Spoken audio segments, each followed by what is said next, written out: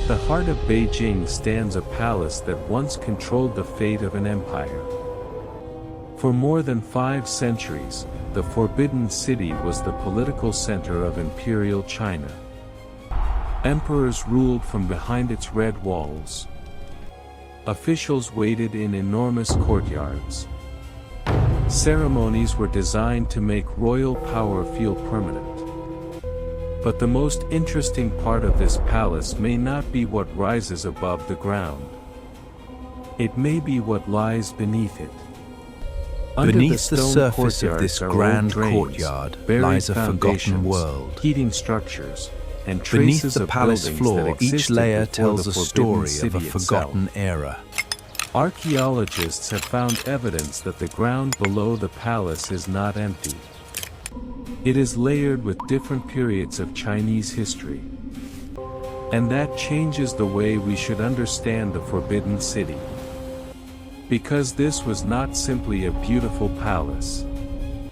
It was a machine of power, built from the roof tiles down to the earth below.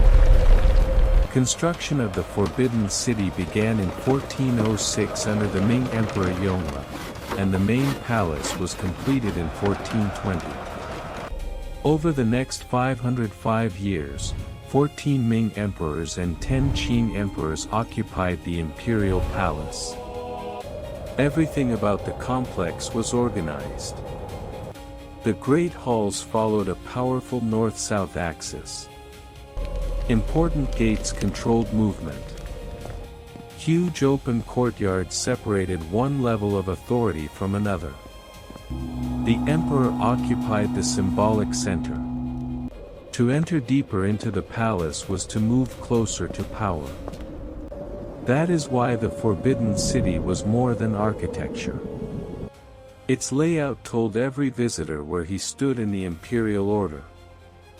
But controlling thousands of rooms, courtyards, roofs, walls, servants, guards, officials, and ceremonies required something less visible. The palace needed systems. And many of those systems disappeared beneath the ground. Beijing can receive intense summer rain.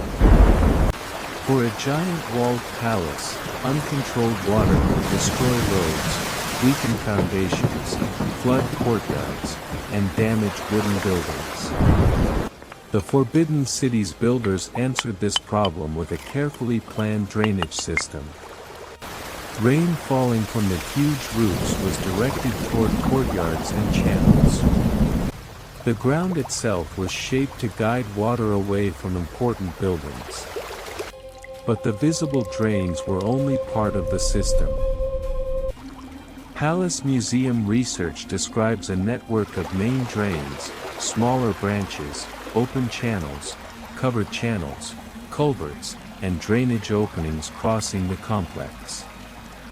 Much of this system was hidden under stone.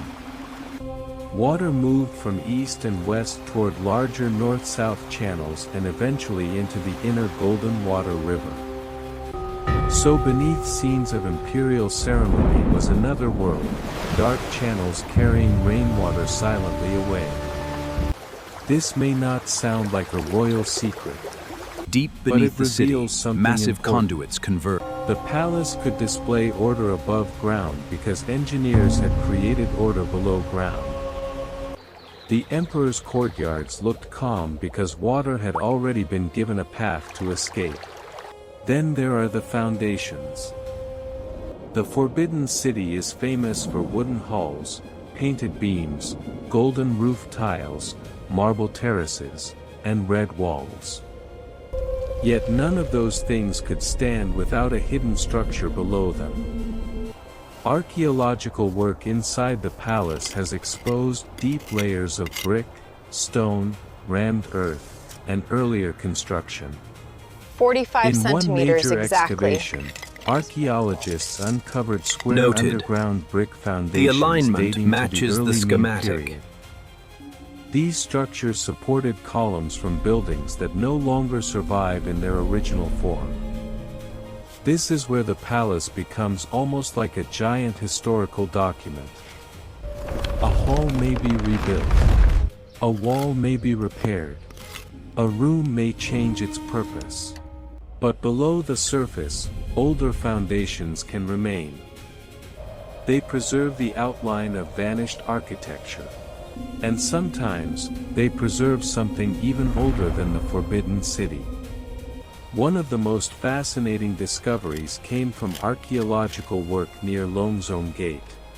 Look at the size of this brickwork. It confirms the Yuan stratification right here. And the mortar composition seems consistent with that period. This matters because Beijing had already been an imperial capital before the Forbidden City was constructed. The Ming did not build their center of power on completely untouched land. They built over a place that already carried political meaning.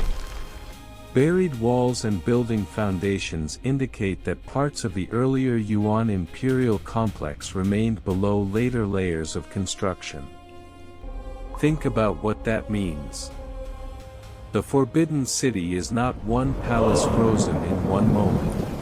Beneath the Forbidden City lies history. Ming found one dynasty rises. Another dynasty falls.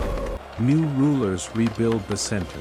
But the earth remembers the older center below. The palace above ground shows who won. The ruins below ground show who came before. The beneath underground these everyday story residential was not floors only about lies a water hidden and network of ancient drains.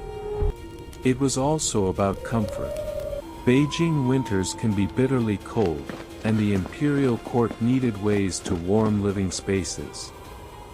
Historical research by the Palace Museum records the use of heated platforms and floor heating features in parts of the palace, including residential areas connected with the Palace of Mental Cultivation. These systems placed heat where visitors would rarely see its source. Warmth could rise into an imperial room while important parts of the working structure remained hidden in or beneath the floor. Again, the pattern is the same. The visible palace showed elegance. The hidden palace did the work. Water disappeared beneath stone. Buildings rested on buried foundations. Heat moved through structures under royal rooms. Imperial power depended on things designed not to be noticed. This is where the story becomes dangerous. Beneath these Whenever very walls, words, another Forbidden evolves, City, another palace and breathes. underground, Every whisper carves a new stone, and every appear. legend becomes fact. Hidden escape routes. Private passages for emperors. Underground chambers filled with treasure. Some versions sound like scenes from a movie. But the evidence must be separated from the legend. Archaeology has clearly revealed buried foundations, old drainage structures, earlier architectural remains, and underground building features. What the available archaeological evidence does not establish is a vast, confirmed network of secret escape tunnels running beneath the entire Forbidden City. That does not mean every underground space has been discovered. This layer seems undisturbed. The reading is 45.2 centimeters. An excavation Log that immediately, and let's secure the western barrier. But mystery is not the same as proof. The real underground Forbidden City is already extraordinary without inventing a hidden tunnel empire. In fact, the truth may be more interesting. Because what lies below was not built only for escape. Check the next one. It was built to make imperial rule function every day. Imagine the Forbidden City during the height of imperial rule. Above ground, an official walks through a gate. He crosses a vast courtyard. Ahead, a great hall rises on a high platform. Every step reminds him that the emperor is above ordinary men. But beneath his feet, rainwater is moving through covered drains. Under nearby halls, foundations carry enormous weight. In residential sections, heating structures make winter life possible. Deeper still are traces of earlier buildings, including remains from a previous dynasty. This is why the underground matters. Layer by layer, every empire has its secrets, imperial power was not hidden only deep symbolic. beneath the throne. It was engineered. The ceremony needed architecture. The architecture needed foundations. The foundations needed stable ground. The courtyards needed drainage. The private rooms needed heat.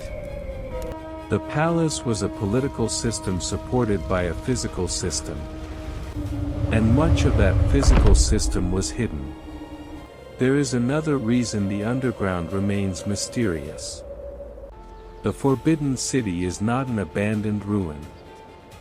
It is one of the world's most important surviving palace complexes and a protected World Heritage property. Archaeologists cannot simply tear open every courtyard to see what is underneath. Excavation must be controlled. Removing one layer can damage another. Preservation requires precision on every level. Protect the buildings Here, experts secure the past above and below. So archaeology inside the Forbidden City often happens slowly, in selected areas, sometimes connected to restoration or conservation work. This means the underground record is being revealed piece by piece. A foundation here. The structure spans beyond the trench, there. vanishing but A construction layer from another century. Each discovery adds another part to the map. And many questions remain unanswered. That is where real historical mystery survives, not in wild claims, but in the things archaeology has not yet fully explained. For centuries, visitors looked upward in the Forbidden City. They saw golden roofs, dragon symbols, massive gates, imperial thrones.